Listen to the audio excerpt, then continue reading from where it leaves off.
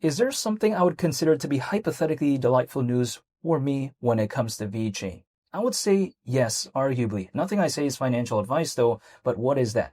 Kraken very recently mentioned how VET, which is VeChain's primary native token, is now live on Kraken. Now the thing is, Kraken's just very massive, right? But the thing is, not too long ago, we saw VET be on the roadmap for kind of the listing, I guess, and then now what's kind of happened. Which a lot of people were kind of surprised that it wasn't even on there to begin with, considering kind of the popularity of VeChain overall. Which I kind of thought to myself, I was like, why wasn't it there like, I guess a long time ago? But yeah, besides that point, my perspective is that in the past week, we did see an almost 13% recovery. I'm not going to complain about that. People like to say, well, am I hypothetically still thinking about 30 cents? Well, I still have it on my mind. The thing is, when it comes to VET, it is around 27 times lower than that. But the market cap it would need at that point, considering current circulating supply, is around 26 billion. If I just take a look back further in time, let's say I just kind of zoom out, right? VET at one point, back in December of 2024, market cap was around 5.3 billion almost. So let's just say for simplicity's sake, it's like 5 billion, right? That's just around 5 times lower than 26 billion. And back then, that was not even an altcoin season, in my perspective.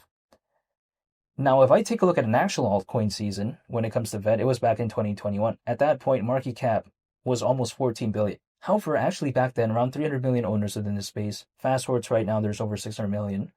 Not to mention, when people like to tell me, oh, there's more competitors and all this type of stuff, well, in terms of the quality, I don't think really that much popped up, because back then, what was popular? VeChain, Solana, BNB, Ethereum, Cardano, Avalanche, Algorand. What's still kind of popular right now? Pretty much that, plus a couple more.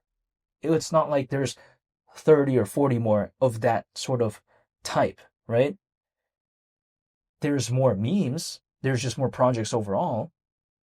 But in terms of the ones that can actually compete for that space, it just doesn't seem like there's such a drastic new amount in terms of blockchains overall that actually have that reputation of being considered high quality. If the amount of competitors pretty much stayed the same, more or less, when compared to back then, but the amount of owners within this space pretty much doubled, what would an altcoin season look like when it comes to VET? Or just this space overall? This is just my perspective. Again, I just saw nearly a $14 billion market cap back in 2021, and also back in 2024 in December, market cap was slightly over 5 billion. And 30 cents, considering current circulating supply, market cap would be around 26 billion. So, yeah, that's just why I'm still thinking about that. But who knows? Only time will tell.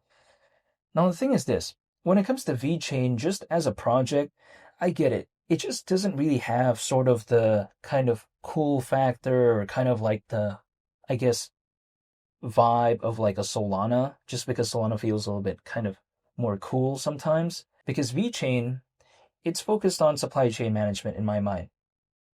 But the thing is, supply chain management is not a market that I'm really considering if I don't know this space, right? I'm not entering into this space thinking about supply chain management projects. But what am I thinking about usually, right? When it comes to this space, I think about like memes and all this if I don't know anything, right? But what's popular on Solana? The memes. So of course, naturally, it just has this more cool factor than something like VeChain. But actually, inherently, because VeChain is focused on this niche, right, of supply chain management, and because not many other projects out there, I guess, don't find it that cool, so they're not really focused on that, as a result of that, VeChain, arguably, I think, is the project I think about when I think about that space, right? So just because it's quote-unquote focused on a boring sort of sector, it just automatically became the most prominent one within that, just because not many of its competitors really wanted to focus on that. Is that such a bad thing? I hypothetically don't think so, because during, altcoin seasons, we've kind of seen trends move. Sometimes a sector which was considered boring, like let's say months or even years ago, it sometimes randomly became popular just because sometimes during an altcoin season, new sectors just randomly gain attention. Who knows? But when it comes to supply chain management, I haven't really seen it sort of have that mainstream sort of attention. I saw VET do pretty okay back in 2021, but I have not seen that specific niche really have that mainstream attention. So what would happen if there was, and let's say there was an altcoin season? That's just kind of my mindset. Even though VeChain, I don't think is going to overtake Solana, right? But it is focused on the niche that it's pretty much arguably to me the most recognizable within that currently. So why is that such a bad thing? I don't get it. It's like, for instance, what sells more cars, right? Toyota or Rolls-Royce? Toyota. But then the thing is this. What is known for quality in terms of the niche that it's in? Arguably, I would say, to me at least, it's something like Rolls-Royce for the niche that it's in. It's never going to overtake like a Toyota in terms of the amount of vehicles, but in terms of the subset niche that it's in, it's arguably considered like the top, right? And I think VeChain is kind of like that in a sense. It doesn't have that mass sort of appeal, right? That some other projects out there may have, but just because it's focused on niche that not many are focused on, and it's kind of really focused on that and being very dedicated, it just arguably became like the most known within that, at least to me.